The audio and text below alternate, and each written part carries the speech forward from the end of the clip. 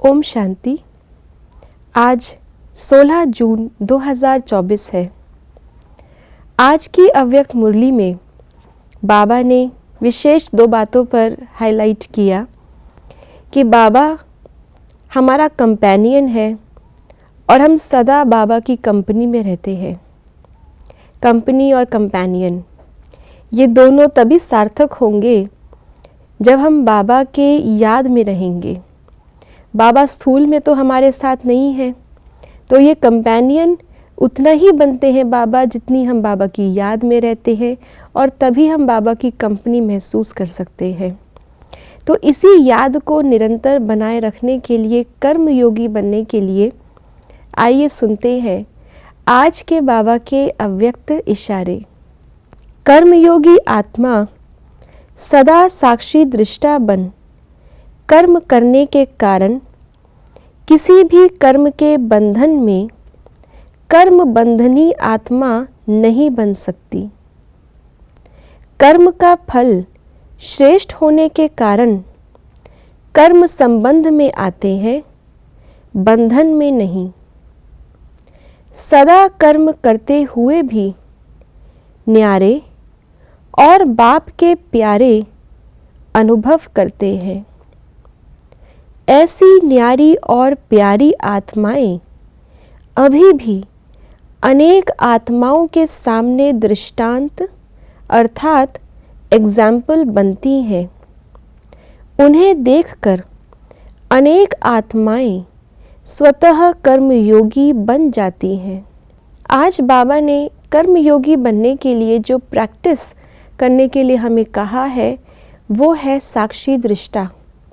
जो साक्षी दृष्टा होगा वो स्वतः ही हर चीज़ से न्यारा होगा, और न्यारा और साक्षी दृष्टा होने का जो तरीका बाबा ने बताया है वो है बाप का प्यारा बनना। पहले प्यारा बनना है, फिर न्यारा सहज बन सकेंगे। अगर बिना बाबा का प्यारा बने न्यारा बनने का पुरुषार्थ करते हैं तो मेहनत लगती है कि डिटैच कैसे हों, कैसे देखते हुए भी ना देखें, कैसे प्रभाव में ना आए, कैसे रिएक्ट ना करें। इसलिए पहले प्यारा बनना है, फिर न्यारा। अब बाप का प्यारा बनने का क्या पुरुषार्थ है? बाप का प्यारा कौन बन सकता है? शरीर तो बाबा का प्यारा नहीं बनेगा, शरीर तो बाबा के साथ हर समय कंपनी में नहीं रहेगा। तो आत्मा को बाप का प्यारा बनना है। और वैसे देखा जाए तो जब हम आत्मिक स्मृति में अपने आप को स्थित करते हैं तो बाबा का प्यारा बनने का पुरुषार्थ ही नहीं करना पड़ता। आत्मा है ही बाबा को प्यारी, क्योंकि बाबा की संतान है, बाबा पिता है। तो पिता अपने पुत्र को, अपने बच्चे को हमेशा स्नेह देते हैं, लेकिन बाबा का वो प्यार पाने के लिए पुरुषार्थ मूल रूप से करना है आत्मा बनने का। तो मूल बात है आत्मा बनना।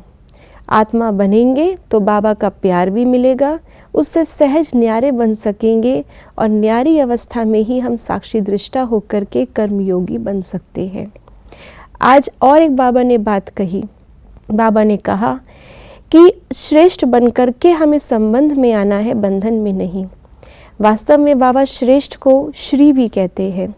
हम श्री कब होते हैं, अर्थात श्रेष्ठ कब होते हैं? हम सबको पता है, सतयुग त्रेता में हमारे साथ श्री टाइटल लगता है, अर्थात हम श्रेष्ठ होते हैं। और वही समय है जब हम कर्म बंधन में नहीं, कर्म संबंध में आते हैं। इसका क्या रहस्य है?